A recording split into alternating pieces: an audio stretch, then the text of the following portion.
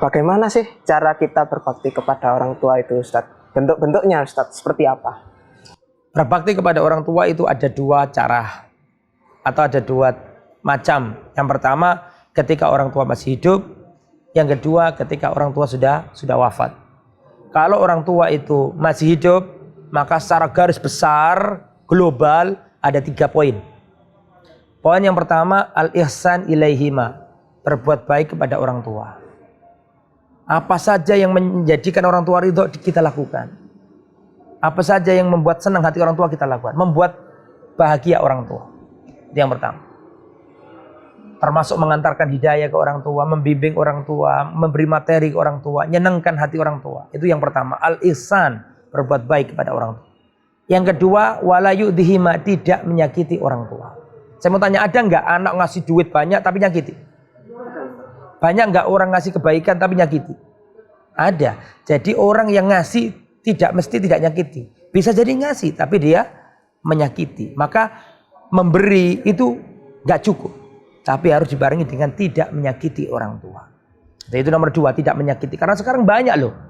Orang-orang ini ngasih orang tuanya uang 10 juta bangunkan rumah. Kayak sudah bisa membeli orang tua. Mak ini tolong dibelikan ini. Mak tolong saya dibejeti. Mak ini anak saya tolong dijagain. Paham saya? Ya. Dia memberi tapi membuat hati orang tua sedih. Ya, membuat orang tua suruh-suruan. Jangan. Kau bisa memberi orang tua itu bagus. Tapi kamu jangan menyakiti orang tua. Yang nomor 3 yang paling sulit, Mas. Berbuat baik banyak anak bisa. Tidak menyakiti orang tua banyak anak bisa. Yang paling sulit nomor 3. As-sabru ala adahuma. Sabar dari orang tua. Ini banyak anak nggak bisa. Ustadz saya ini Ustadz, orang tua minta apa saya turuti Ustadz.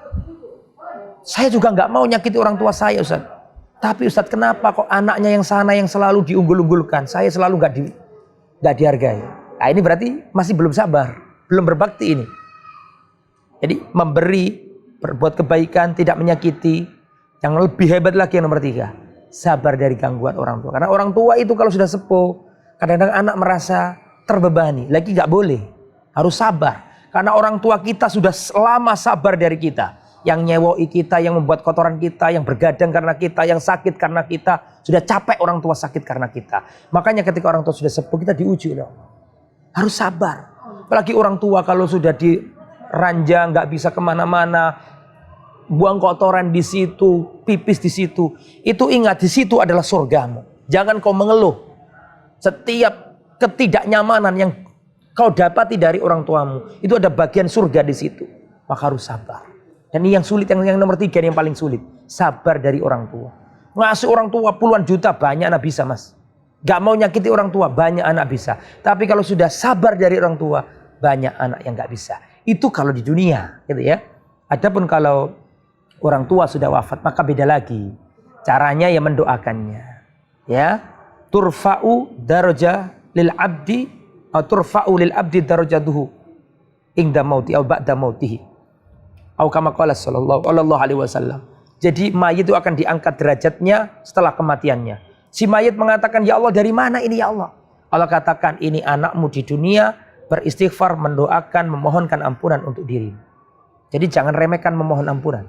Di tengah sujud, ketika selesai doa sujud, kita doakan orang tua kita, Allah maghfirli wali walidayya warhamhuma kama rabbayani shaghira. Itu yang pertama, mendoakan dan beristighfar untuk orang tua. Yang kedua, melunasi utang orang tua. Yang ketiga, menunaikan nadarnya orang tua. Yang keempat, menjalankan wasiat orang tua.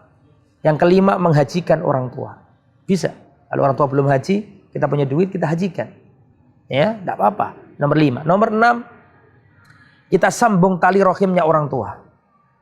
Kadang-kadang anak ini kalau bapak emak sudah mati, sudah nggak mau pergi ke kampung. Alasannya bapak emak sudah mati. Loh, jangan salah. Bapak emakmu sudah mati, tapi bapak emakmu punya saudara.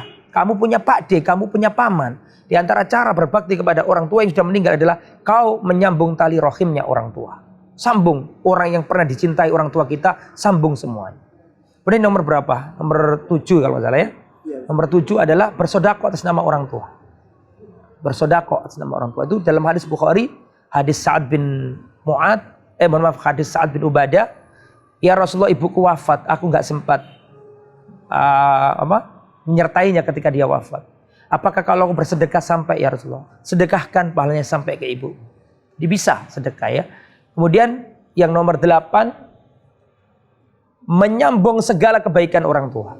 Melanjutkan kebaikan orang tua. Orang tua dulu waktu di dunia punya kebaikan apa? Itu sambung itu. Sampean masih ingat dulu bapak saya itu kalau Ramadan seperti ini suka ngasih makan anak yatim. Lanjutkan, jangan diputus. Ya dulu orang tuamu punya pohon mangga di depan rumah.